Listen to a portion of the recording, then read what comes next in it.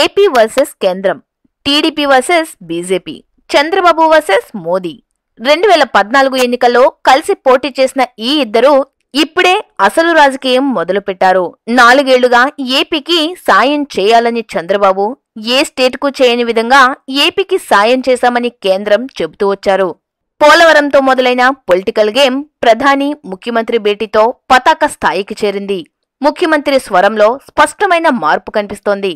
ప్రధాని ప్రతినిధిగా వచ్చిన NITI Aayog vice chairman Rajiv Kumar AP ప్రభుత్వ అంకెల గారడిని పరోక్షంగా ఎత్తిచూపడం, వీటి కారణంగానే ఏపీకి ప్రత్యేక హోదా లేదని చెప్పడం చూస్తుంటే ఆయన పర్యటన వెనుక ప్లాన్ అర్థమవుతోంది.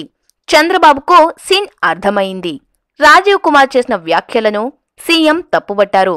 కేంద్రం ఏపీకి సాయం చేయకుంటే సుప్రీంను ఆశ్రయిస్తానని కలెక్టర్ల సాక్షిగా చెప్పేశారు.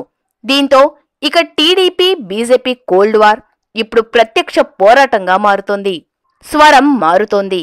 ఏడాదిన్నర కాలంగా ముఖ్యమంత్రి చంద్రబాబుకు ప్రధాని అపాయింట్మెంట్ ఇవ్వలేదు. ఈ నెల 12న వీరిద్దరూ ఎట్టకేలకు కలుసుకున్నారు. 4 ఏళ్లుగా చంద్రబాబు ఏదైతే చెప్తూ వస్తున్నారో మరోసారి అదే వినతి పత్రం ద్వారా అభ్యర్థించారు. ప్రధాని మరింత సమాచారం అడిగారని, ఖచ్చితంగా పరిశీలిస్తారని నమ్మకం తనకుందంటూ ముఖ్యమంత్రి ఆశాభావం వ్యక్తం చేశారు. అప్పటికే పోలవరం వ్యవహారంలో కేంద్రాన్ని డ్యామేజ్ చేసే విధంగా సీఎం చేసిన వ్యాఖ్యలతో కేంద్రం అలర్ట్ అయింది.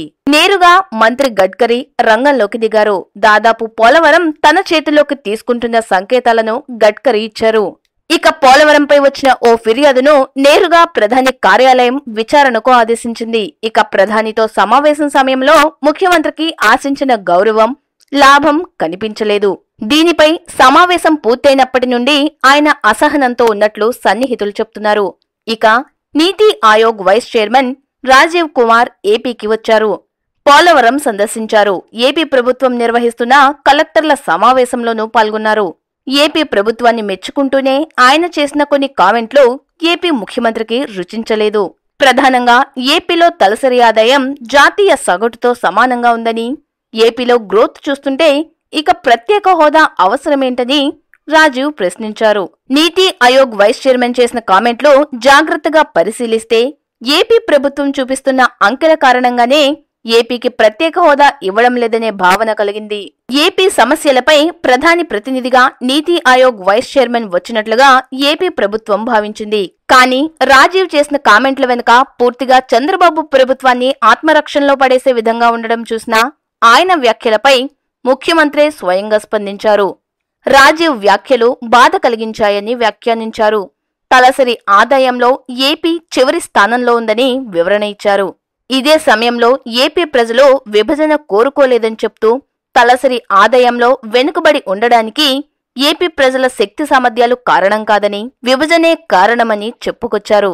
కానీ ప్రభుత్వం పదే పదే చెప్పే అంకెల జోలికి మాత్రం పోలేదు.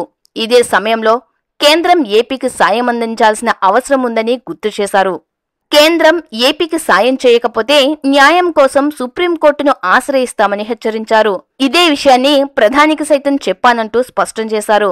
కేంద్ర ప్రభుత్వంలో భాగస్వామిగా ఉంటూ, కేంద్రంలో తమ పార్టీ ఎంపీలు మంత్రులుగా ఉంటూ కేంద్రం ఏపీకి న్యాయం చేయకపోతే సుప్రీంకు వెళ్తామని చంద్రబాబు చెప్పడంపై అనేక విమర్శలు వినిపిస్తున్నాయి. కేంద్ర ప్రభుత్వం నుండి బయటకు వచ్చి నిరసన వ్యక్తం చేసే అవకాశం ఉన్నా 4 ఏళ్ల కాలం గడిచిపోయినా కేంద్రం సాయం చేయనప్పుడు ఇంకా ఎందుకు ఎదురు చూస్తున్నారో వారే సమాధానం చెప్పాలి. నిజంగా ముఖ్యమంత్రి చంద్రబాబు మోదీ ప్రభుత్వంపై సుప్రీంకోర్టులో కేసు వేసే ధైర్యం చేస్తారా అనేది సందేహమే. కానీ రాజకీయంగా మాత్రం టీడీపీ బీజేపీ మధ్య అగాధం పెరిగిపోతుందనే విషయం స్పష్టంగా కనిపిస్తోంది. ఈ వీడియో కనుక మీకు నచ్చితే లైక్ చేయండి. మా ఛానల్ని సబ్స్క్రైబ్ చేసుకోవడం మాత్రం మర్చిపోకండి.